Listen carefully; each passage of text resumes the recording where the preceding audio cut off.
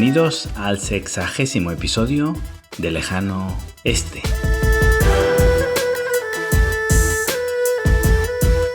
Desde Kuala Lumpur os habla hoy Adrián Díaz, consultor de desarrollo de negocio en Asia.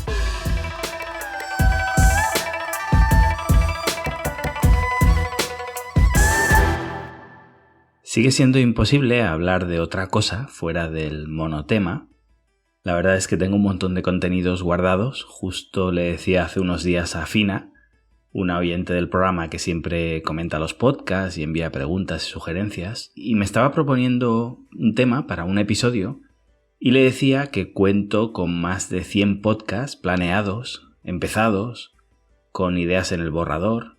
Me voy guardando reflexiones en mi Evernote, experiencias, reuniones a las que voy asistiendo, para tener episodios en la recámara, y cuando veo que tiene sentido desarrollar las ideas que los componen, pues me pongo a ello.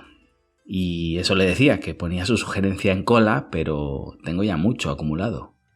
Algunos están desarrollados al 30%, otros casi listos para grabarse, pero esto, al ritmo que voy de publicación, son alrededor de 2 o 3 años de contenido, más obviamente las cosas que van surgiendo en el camino. Como sabéis, cada episodio me lo preparo a conciencia, me documento sobre lo que hablo, consulto con mis fuentes, todo esto en la previa. Después grabo meticulosamente, edito los episodios muy lentamente. Para mí es importante que no oigáis mi respiración, que no haya ruidos, que mi voz sea la correcta. A mí como usuario de podcast me molesta muchísimo que la entrega del producto sea deficiente. No solo importa el contenido, sino también el continente. Creo sinceramente, y esto llevado a un artículo físico, que el packaging es parte indispensable de un producto. De hecho, una de las acciones que más promuevo con mis clientes es que cambien radicalmente la caja, la bolsa, el lazo, las instrucciones, el cartón en el que viene el producto. Insisto siempre en que tu producto no es solamente ese par de zapatos. Tu producto es cómo lo vendes, cómo lo entregas, la experiencia del usuario en ese unboxing, desde que te lo entrega el mensajero hasta que lo tienes en tus manos. Hay una infinidad de momentos que cuentan y que te sirven para ir trabajando ya en la siguiente venta. Obviamente podríamos hablar también de la experiencia en la página web o en el escaparate de la tienda física, o incluso tu nombre de marca, tus modalidades de pago o tu servicio postventa. Si tu producto es solo ese par de zapatos, no eres una marca, eres una mercancía. Y como mercancía, tu valor disminuye y pasan a valorarte únicamente en el precio. En ese sentido, todavía quedan tantas marcas que en realidad son incapaces de diferenciarse de un artículo de AliExpress, que todavía el nicho para los que trabajamos en la diferenciación y en aportar valor a eso, un par de zapatos, es enorme. Pues volviendo al tema del podcast, la verdad es que el producto no es el mensaje, o no es solo el mensaje, es también la forma en la que lo entrego. Vosotros me prestáis vuestro tiempo y yo a cambio os proporciono un contenido que intento sea de valor. A priori es de valor, después ya sale como sale. Y bueno, la verdad es que tengo varias ideas súper interesantes, pero por desgracia no tienen sentido ahora mismo. Sigo esperando que pase la tormenta, que podamos tratar otros temas y que estos despierten interés, porque claro, podemos hablar de la lengua de las mariposas, pero ahora mismo el punto focal es evidente y cuesta que emerjan alternativas. Y bueno, en este episodio, por seguir tocando el tema tangencialmente, os quería hablar de cómo planeamos 2020. O mejor dicho, cómo lo replanteamos. Porque claro, todo ha saltado por los aires. Decía el mariscal von Moltke que no hay ningún plan que sobreviva el primer contacto con el enemigo. Y es muy curioso porque durante los meses de noviembre y diciembre preparamos el artículo de los cisnes negros, contacté con varios speakers, storytellers, y fue un ejercicio de imaginación muy interesante. Un cisne negro, para los que no lo sepáis, es un evento difícilmente predecible con unas posibilidades mínimas de realizarse, pero que altera radicalmente los planes iniciales debido a su alto impacto. Por ejemplo, el cisne negro más famoso de las últimas décadas fue el ataque a las Torres Gemelas de Nueva York. No siempre son negativos, pero se suelen asociar a desastres naturales o noticias que perturban de manera muy severa la economía. Pues bien, hicimos este ejercicio en un artículo, preparamos ideas, conspiranoicas incluso si queréis, y las lanzamos. Pues con todo lo que se nos ocurrió, nos quedamos cortos. El concepto se basa en que lo que iba a hacer que la bolsa subiera o bajara en 2020 no iba a ser nada que sea planeado, sino eventos aleatorios incontrolables. El caos tipo 2 que os explicaba en un episodio. El caos tipo 1 sería un virus descontrolado, el caos tipo 2 es el ser humano interactuando con pánico ante ese virus. Si el caos tipo 1 es difícil de manejar, el caos tipo 2 es directamente imposible. Porque no somos seres lógicos, somos seres psicológicos. Y nuestra mente es más vulnerable al pánico que nuestro cuerpo al virus. Y os decía que con toda la imaginación que pudimos echarle, ni nos acercamos a un evento que en las primeras semanas del año ya amenaza con ser uno de los cisnes negros más recordados de nuestra época. En fin, que el año que viene repetiremos. Si tenéis alguna idea interesante, me podéis escribir, las vamos compilando y al final nos quedará un artículo colaborativo muy imaginativo. Me podéis escribir a través de Twitter, que es una cuenta nueva que estoy intentando darle algo de presencia, @AdrianDiazMarro, y ahí podemos ponernos a conspirar.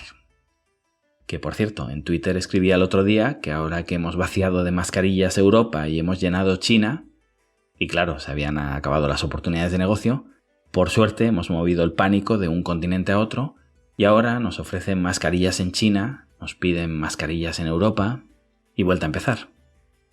Decía Joan Marc, si lo conocéis, el último pirata del Mediterráneo, que todos los días nace un tonto y la clave es encontrarlo.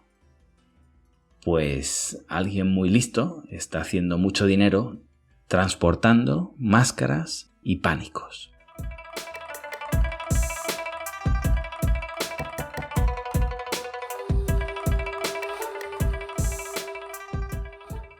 En el episodio sobre las supersticiones os decía que da igual lo que vosotros penséis. Lo importante es lo que piensan todos. Y aunque tengamos la certeza de que las acciones de una empresa valen un precio concreto, si todos piensan que valen menos y venden, las hacen bajar y las acciones acaban valiendo menos. Porque de nuevo no somos seres lógicos sino psicológicos. Y con esta realidad es con la que tenemos que lidiar. Y de lo que os quería hablar hoy es de cómo hemos tenido que replantear nuestra estrategia en 2020, hablaros de objetivos y cómo los planeamos, y en este caso, cómo los reconfiguramos.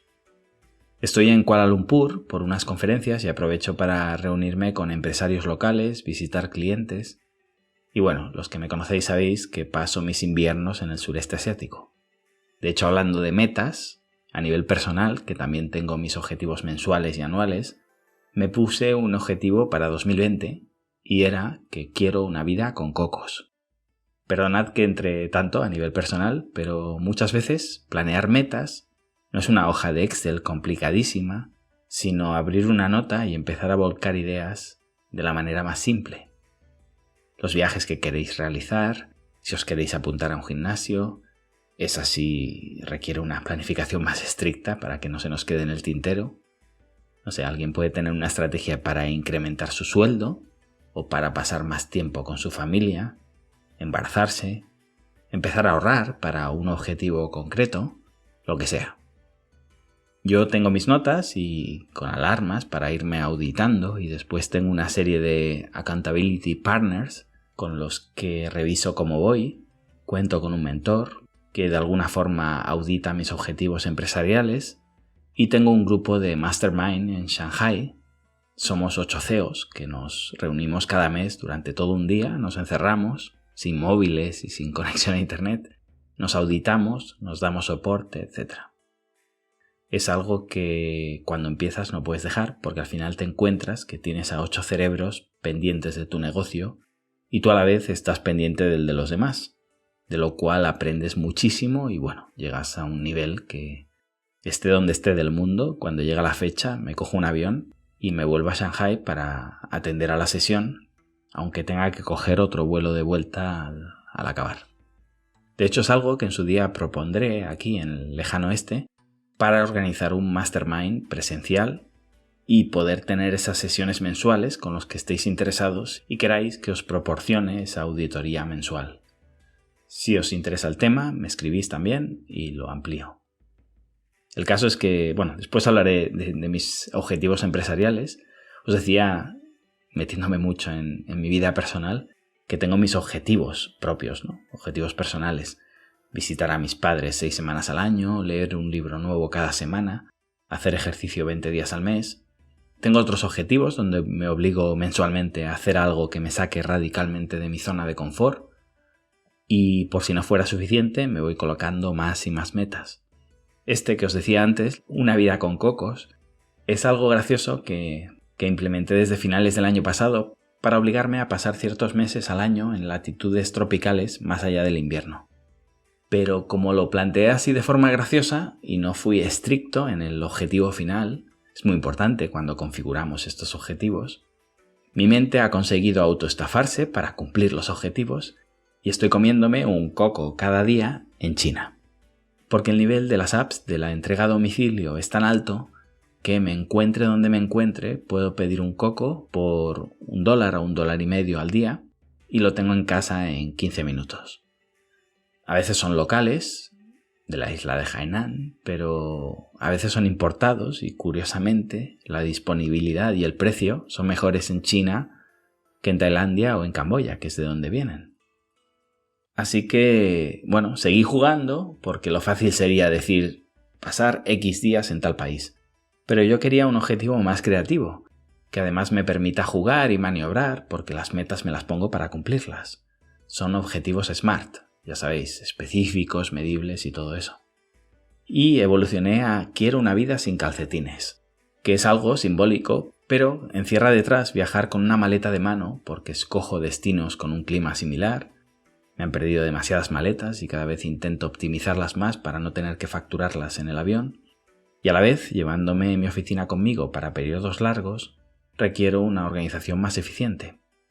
Así que el eslogan de mis objetivos personales este año ha ido evolucionando y al final se ha quedado en cambio calcetines por cocos. Y toda mi planificación personal va en base a ello.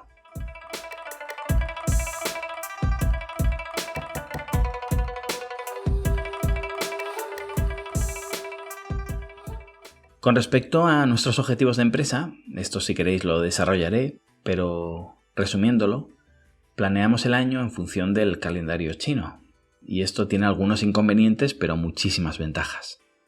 El inconveniente principal es que el año nuevo chino es dinámico desde nuestra perspectiva, es decir, como el calendario occidental es la realidad absoluta desde la que miramos al mundo, pues decimos que el suyo, entre comillas, se va moviendo. Y esto provoca que nuestra planificación a veces sea de febrero a enero, a veces sea de enero al febrero siguiente. Esto es muy divertido cuando hablas con economistas que son incapaces de abandonar su eurocentrismo y entender que aquí las cosas se hacen de otra manera. Porque claro, un dato chino interanual de febrero a febrero puede incluir 2 meses de vacaciones, 1 o ninguno. Claro, no es lo mismo un dato de Producto Interior Bruto o de exportaciones anuales si cuentas 10 meses o si cuentas 12. Y esto nos vuelve locos a todos. Sobre todo los que no son capaces de salirse del marco conceptual de su cultura de origen. Como siempre digo, creamos términos de medición occidentales y con ellos intentamos medir la economía china. Mal. Aprender a lidiar de forma eficiente con este organismo vivo que es el calendario chino es una habilidad, si me permitís el consejo, a destacar en un currículum, infravalorada y clave en algunos puestos de trabajo como son los economistas, analistas, consultores y toda la división estratégica de una corporación. pero planificar el año según el calendario chino os decía que lo colocaba como una desventaja, ya que genera una porción de caos entrañable cada año en tus planes anuales. ¿Cuáles son las ventajas? En primer lugar, la contabilidad sí la llevamos según los años naturales.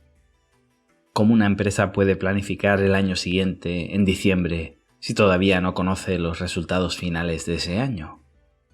Igual que sucede con los equipos de fútbol, que tienes que esperarte para ver si la pelotita ha entrado en el último partido, para saber si renuevas al entrenador, si tienes que fichar más o menos, o hacer una limpieza general, te encuentras con el problema de que una vez esperas, tienes menos tiempo para hacerlo. Empiezas la pretemporada con el equipo a medias. Claro, esto no es serio. Imaginemos un año donde el Año Nuevo chino sea el 10 de febrero. Básicamente el año empieza en marzo. Recordad que la semana o 10 días de festivos se dan después del día de Año Nuevo. Si hablamos de las fábricas, se extiende todavía más.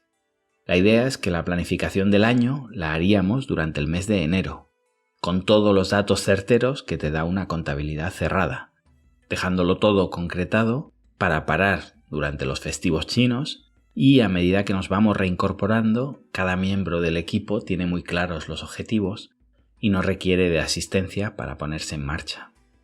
Fijaos que en macroeconomía sucede lo mismo.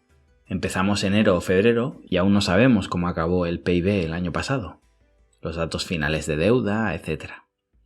Esto es como empezar una liga sin saber cómo has terminado la liga anterior.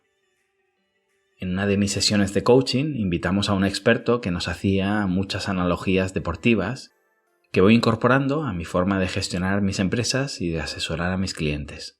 Por eso me vais escuchando estas referencias deportivas.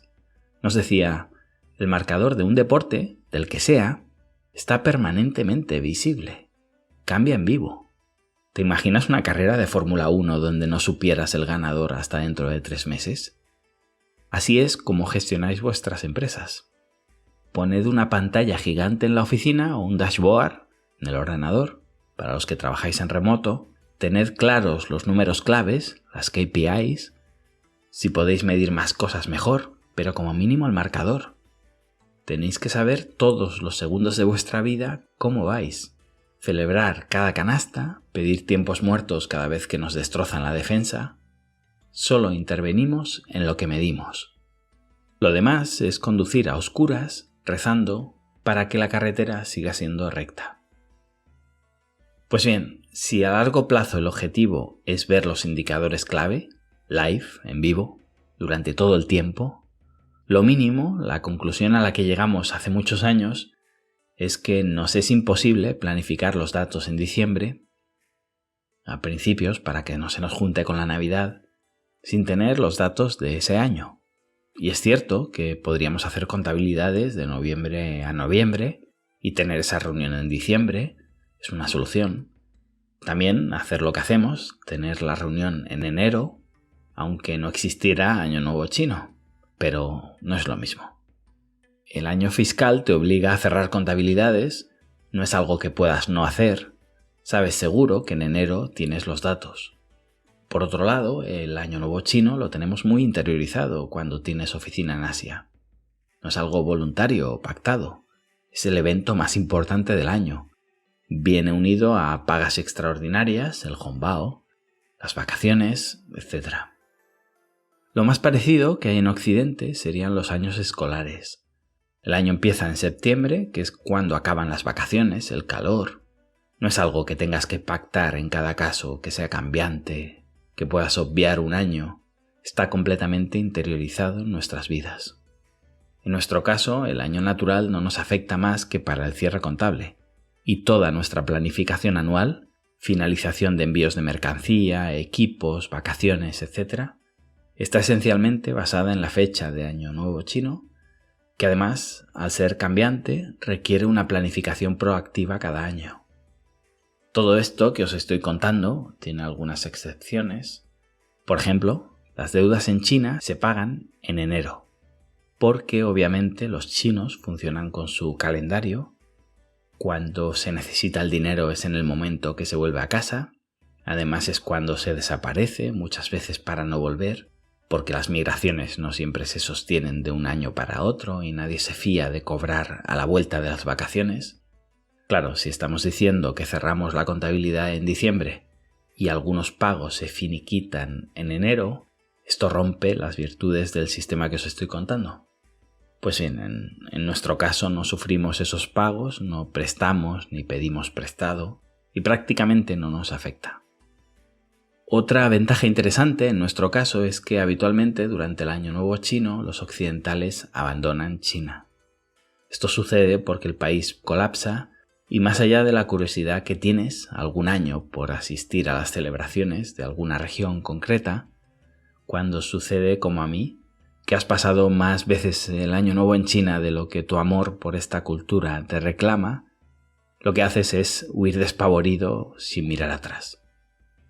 Aquí cada empresa funciona de manera diferente. A algunos occidentales se les da vacaciones puras, sobre todo al trabajador de oficina que no puede realizar su actividad fuera de ella. En nuestro caso, la mayoría de occidentales de nuestras empresas trabajan en remoto o forman parte del equipo de estrategia. Además, el resto de la directiva china también sale del país durante estas fechas, con lo que es un momento perfecto para realizar una reunión. En nuestro caso es un encuentro anual, y con los datos de la contabilidad cerrados a mediados de enero, la reunión de cada departamento realizada antes de Año Nuevo chino, los miembros del equipo de vacaciones y el relax que te produce la caída de la actividad, es el momento clave para ese análisis y toma de decisiones necesario. Lo más parecido en Occidente, en el hemisferio norte, sería tener esa reunión el 20 de agosto. Y claro, en nuestra cultura eso es imposible. Por eso me parece tan superior este sistema. Quizá en Sudamérica, en la parte más meridional, igual que en otros países del hemisferio sur, donde el año se cierra con la llegada del verano, se den situaciones más parecidas a la China y se den encajes más favorables. Es algo que escapa de mi conocimiento. Y vamos al tema, al coronavirus. ¿Cómo nos ha afectado? Pues evidentemente ha sido una casualidad que la crisis se hiciera pública justo entre ese impasse de Año Nuevo occidental y Año Nuevo chino, y con la contabilidad cerrada de 2019 y la planificación de 2020 en marcha, hemos ido creando nuestra estrategia con mucha más información. Ya os digo, en este caso ha sido fortuito, pero necesitaba explicaros cómo es nuestra organización para que entendierais por qué en el mes de febrero hemos podido reconfigurar nuestra estrategia de 2020, o mejor dicho, configurarla, porque es en este momento cuando de manera natural planeamos el año. Claro, para la mayoría de empresas y gobiernos, todo el planning, presupuesto, objetivos que se hubiera planeado para 2020 ha saltado por los aires. Y ahora se trata de mostrar nuestra habilidad principal, tolerancia a la incertidumbre, para hacer frente a la crisis. Como decía Warren Buffett, cuando baja la marea se sabe quién nadaba desnudo. Bien, como toda crisis es el momento de que lo viejo muera para dejar pasar a lo nuevo y los que se adapten y sobrevivan afronten el futuro de manera más sólida.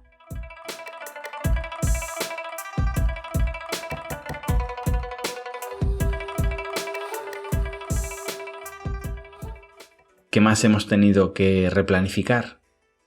Lo más visible son los viajes a China. Como os decía, yo suelo volver en marzo o abril, cuando baja el frío. Esto no me afecta en exceso. Si tuviera que volver, por ejemplo, este mes no he podido asistir a mi forum, el grupo de Mastermind que os comentaba. No me preocupa el virus en absoluto. Me preocupa, como vais viendo en mi discurso, la gestión que hacemos de él. Y tengo una agenda programada de viajes durante esta primera parte del año que se podría ver afectada si entro en China, ya que quedas poco menos que marcado con la letra escarlata y no puedes entrar en según qué países. Vamos a ver si esto ya se convierte en una pandemia global y dejamos de señalar con el dedo a todos los que padezcan gripe. Además de mí, teníamos algunos miembros del equipo occidental planeando instalarse en China durante 2020. Esto lo hemos retrasado para ver cómo evoluciona todo. Nuestras oficinas, nuestro personal chino ya están funcionando completamente y nuestros servicios prácticamente nos han visto resentidos. Como os decía, gracias a que nuestras reuniones estratégicas para 2020 se hicieron en enero y febrero, íbamos cabalgando en paralelo a la evolución de la crisis y hemos conseguido que el equipo chino pudiera trabajar desde sus casas, con lo que no hemos parado. Al final no se podía hacer mucho con algunas fábricas, pero otras empezaron rápidamente. Pudimos conseguir que no se retrasara nada y básicamente hemos podido reconvertir una debilidad en una ventaja, ya que de repente han llegado clientes nuevos que han visto el valor de tener a alguien en China y de estar informados en tiempo real de lo que iba sucediendo, porque las fábricas intentaban darte la mínima información posible. Esto ha compensado la bajada de actividad de nuestros clientes en enero y febrero, que ha sido muy dura. De hecho, un paréntesis, nuestro equipo chino llegó hace unos días y nos propuso, de propia iniciativa, reducirse el salario para compensar la bajada de actividad. La verdad es que nos quedamos pálidos porque yo nunca había vivido algo así, ni como trabajador ni como emprendedor. A mi socia se le caían las lágrimas. Fue indescriptible. No es nada común, para nada, este nivel de compromiso y nada. Os lo cuento porque en este episodio os estoy narrando cómo hemos ido planificando y replanificando el año. Y cuando vimos la caída de clientes, lo primero que hicimos fue un plan de choque para reducir costes sin que se produjera ningún despido. Esto nos llevó incluso a reducir salarios, empezando por mí, siguiendo por todo el equipo directivo. Pero esto se mantuvo en secreto, no llegamos a comunicarlo. La idea era cuadrar contabilidad sin que nadie se viera afectado, transmitir tranquilidad, pero obviamente te vaya mejor o peor, cuando haces un presupuesto comprometes todas las partidas hasta agotarlo. Este cisne negro había alterado nuestros objetivos anuales. No estábamos en crisis, ni mucho menos, pero ante la incerteza de cuántos meses podía durar esto, decidimos aplicarnos esta bajada para equilibrar cuentas y aún así nos quedábamos en negativo. Acordamos continuar con este negativo ya que la salud de la empresa no estaba comprometida y nos podíamos permitir esos meses en negativo, pero la verdad es que este movimiento por parte de nuestra plantilla nos ha dejado boquiabiertos. China nunca deja de sorprenderte. Y bueno, una prueba más.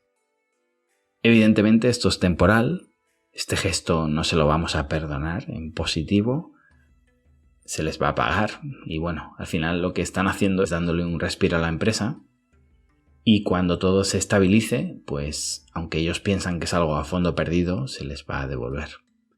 Tenemos la suerte de que la mayor parte del equipo lleva muchísimos años trabajando con nosotros, más de 7 u 8 años.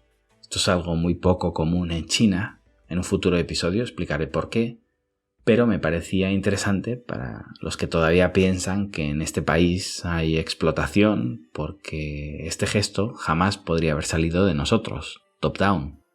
En China sobra el trabajo y cualquier cambio, por mínimo que sea, que resulte un poco injusto, provoca la marcha del trabajador, que habitualmente tiene un sentimiento de pertenencia muy bajo. Aquí, como explico siempre, hay unos índices de volatilidad altísimos y esto provoca que las empresas se tengan que medir muy mucho las acciones que puedan lesionar los derechos de los trabajadores. Algo que por otro lado me parece perfecto.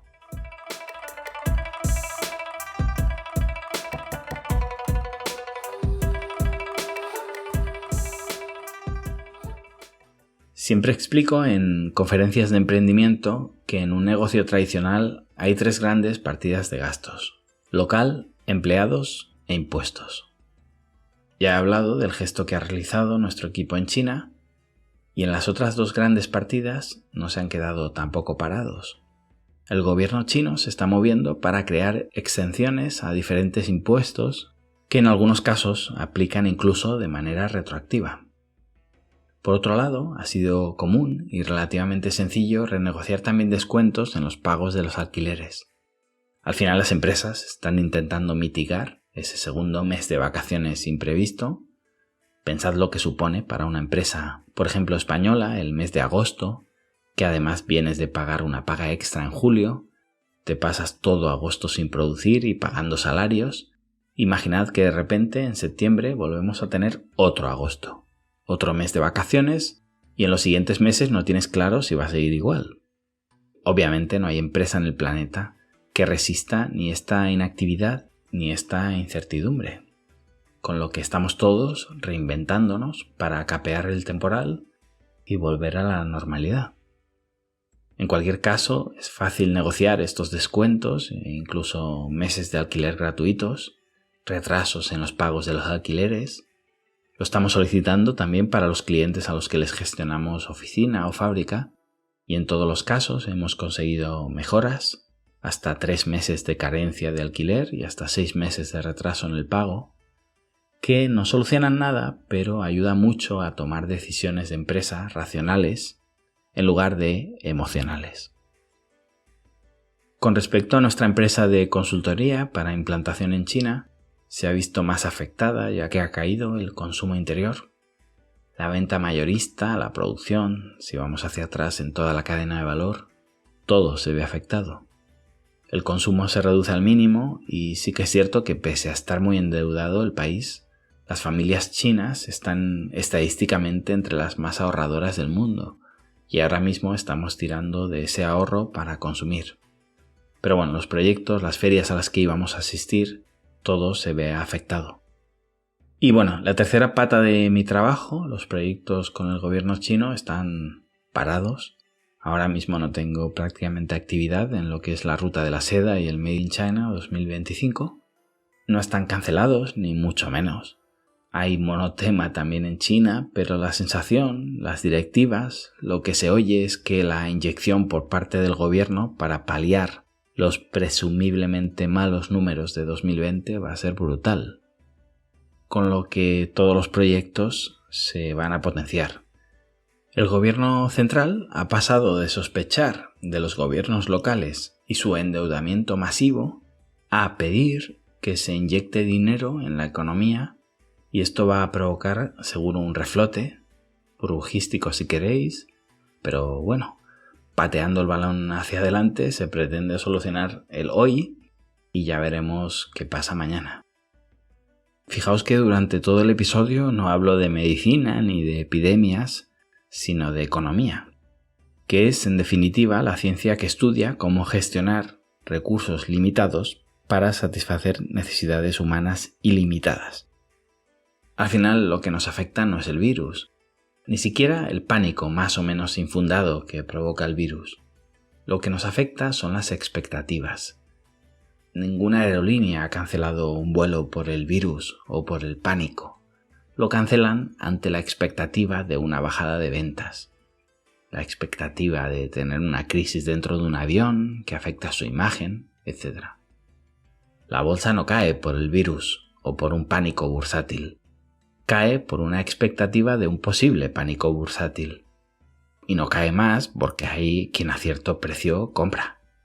Y compra porque sabe que cuando esto termine y el tema de las noticias sean los playoffs de la NBA, y justo antes de que sea la guerra de Irán, será el momento de vender. Durante todo este episodio me baso en lo mismo, que no somos lógicos, somos psicológicos. Quien es capaz de administrar mejor ese caos nivel 2 es quien, en definitiva, hace dinero en este río revuelto. Más allá de trabajadores locales e impuestos, ¿qué nos afecta? Como decía, las fábricas ya empiezan a estar a pleno rendimiento. Esto no significa que hayan limpiado todo el retraso que llevan.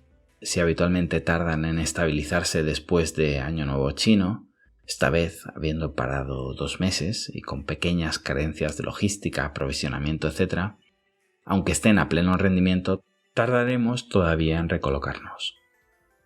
Y con respecto a ferias, se han cancelado, o mejor dicho, retrasado algunas. Veremos cómo funciona la Canton Fair, que es al final el elemento definitivo a nivel importaciones y exportaciones. Desde luego van a notar una bajada en el número de visitantes extranjeros. Y bueno, en la segunda quincena de abril, con el calor que hace en Guangzhou por esas fechas, creo que podría ser el punto de inflexión definitivo para pasar página o seguir arbitrando en acontecimientos de participación multitudinaria. Y este y otros muchos eventos van a ser claves para tomar una decisión sobre los Juegos de Tokio. Y bueno, hasta aquí. Me ha quedado un pelín largo, me he metido mucho en temas personales, pero la idea de este episodio era esto: explicaros cómo nos están afectando estos cambios a nivel estratégico, a nosotros y a nuestros clientes, y cómo pueden afectaros a vosotros si tenéis relación con China o si el pánico cambia de océano y vivís todo lo que hemos vivido aquí. Y nada más, os dejo hoy con un proverbio chino. Si no puedes avanzar una pulgada, retrocede un pie. Gracias y hasta pronto.